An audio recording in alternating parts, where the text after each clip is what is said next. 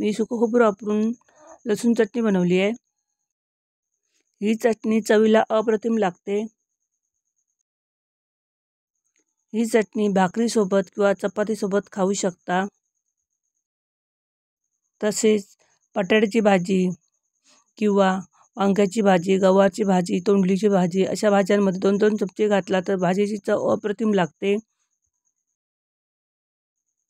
लहान मुलं पण ही चटणी आवडीने खातात। चला तर तुम्हाला मी या चटणीची रेसिपी दाखवते।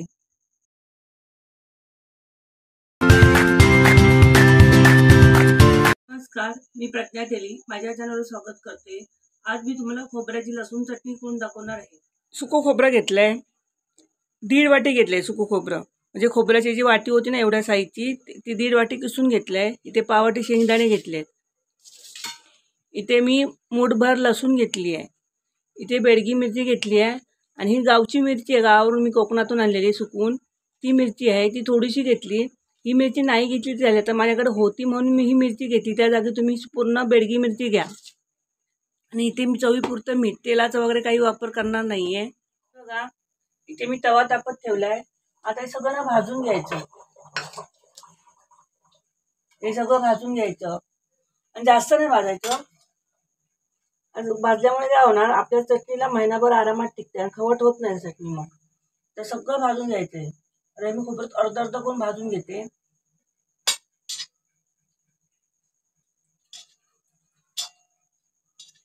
तो आता हे सगळं राहणार आहे याच्यामध्ये, सगळंच घालते।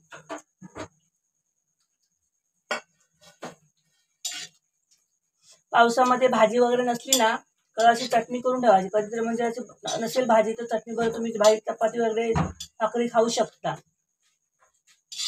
तर हे सुकं खोबरं आहे ना गॅस बारीक करायचं आणि भाजून घ्यायचं।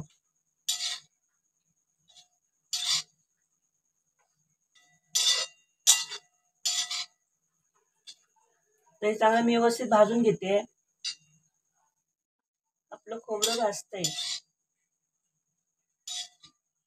व्यवस्थित भाजून घ्यायचं। जास्त करपवायचं नाही।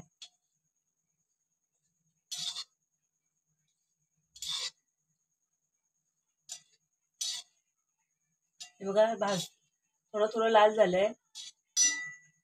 हे बघा सुकं खोबरं भाजून झालंय। हे काढून घ्यायचं सगळं, एवढंच भाजायचं, जास्त एकदम करपवायचं नाही। आपण वाटपाडा भाजतो तेवढं नाही भाजायचं, थोडं कमी भाजायचं। खोबरं का भाजायचं, तेला खवट वास येऊ नये ना म्हणून ते फक्त खोबरं थोडं गरम करून घ्यायचं।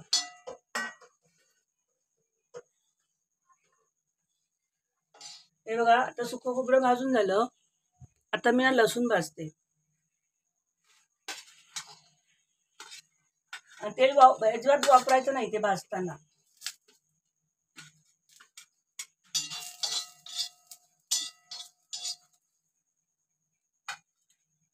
लसूण थोडा जास्त वापरला ना तरी चालेल।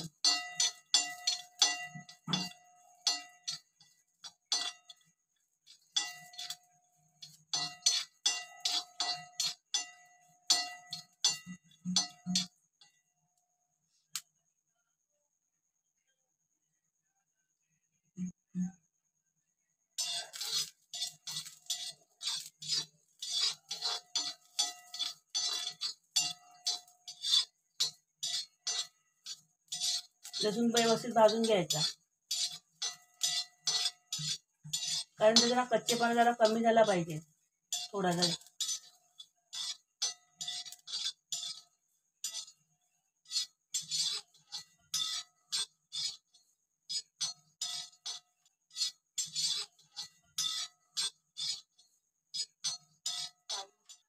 आता बऱ्यापैकी लसूण माझी भाजली आहे। आता मी याच्यामध्ये मिरच्या घालते।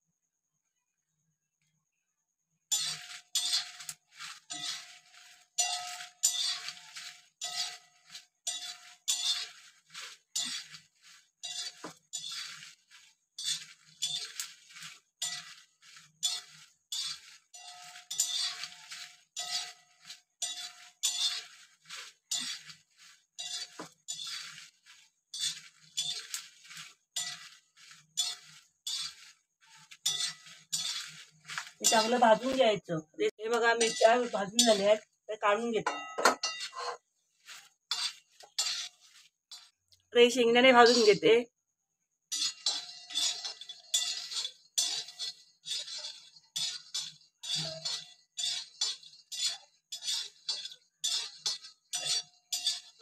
शेंगदाणे भाजून झाले, मी सगळं काढून घेते.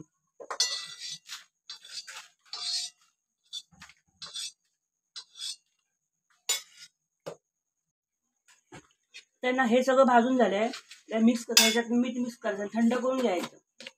बघा चवीपुरतं ना असं मीठ घालायचं.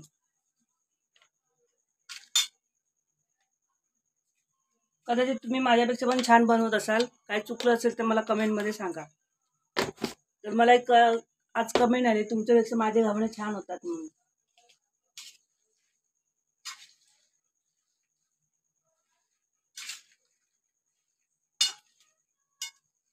हे बघा हे सगळं थंड करून घ्यायचं. मग मिक्सरला काय एकदम बारीक नाही वाटायचं, ओबड दोबड वाटायचं. हे बघा ते पूर्ण थंड करून घ्यायचं. गरम गरम वाटलात ना तर चटणीला पाणी सुटणार. आणि आधी एक तर खोबरं आपलं तेलकट असतं ना, अजून ते तेल ओलसर होणार चटणी. त्यामुळे पूर्णपणे हे थंड करायचं. थोडा वेळ पंख्याखाली ठेवायचं, नंतर वाटायचं. हे बघा थंड झालं. आता मिक्सरला ना थोडं थोडं घ्यायचं आणि पण एकदम बारीक पावडर नाही करायची. हळू चालू बंद मध्ये करून वाटून घ्यायचं. म्हणजे ते ओबडधोबड वाटलं पाहिजे, पूर्ण पूड झाली नाही पाहिजे त्याची. आता मी मिक्सरला बारीक करून घेते. ही बघा लसूण चटणी करून झालेली आहे.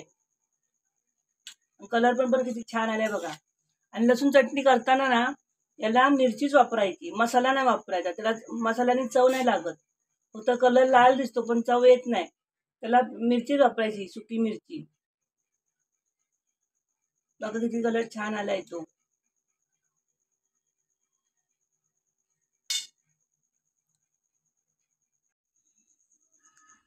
मी केलेली चटणी तुम्हाला कशी वाटली मला कमेंट करून सांगा. माझ्या व्हिडिओला लाईक करा, शेअर करा, सबस्क्राईब करा आणि बेल आयकॉन क्लिक करा. अशाच वेगळ्या रेसिपी तुमच्यासमोर मी घेऊन देत राहीन. आणि प्लीज मला सपोर्ट करा. चला तर भेटू आपण पुढच्या व्हिडिओमध्ये नवीन रेसिपी घेऊन.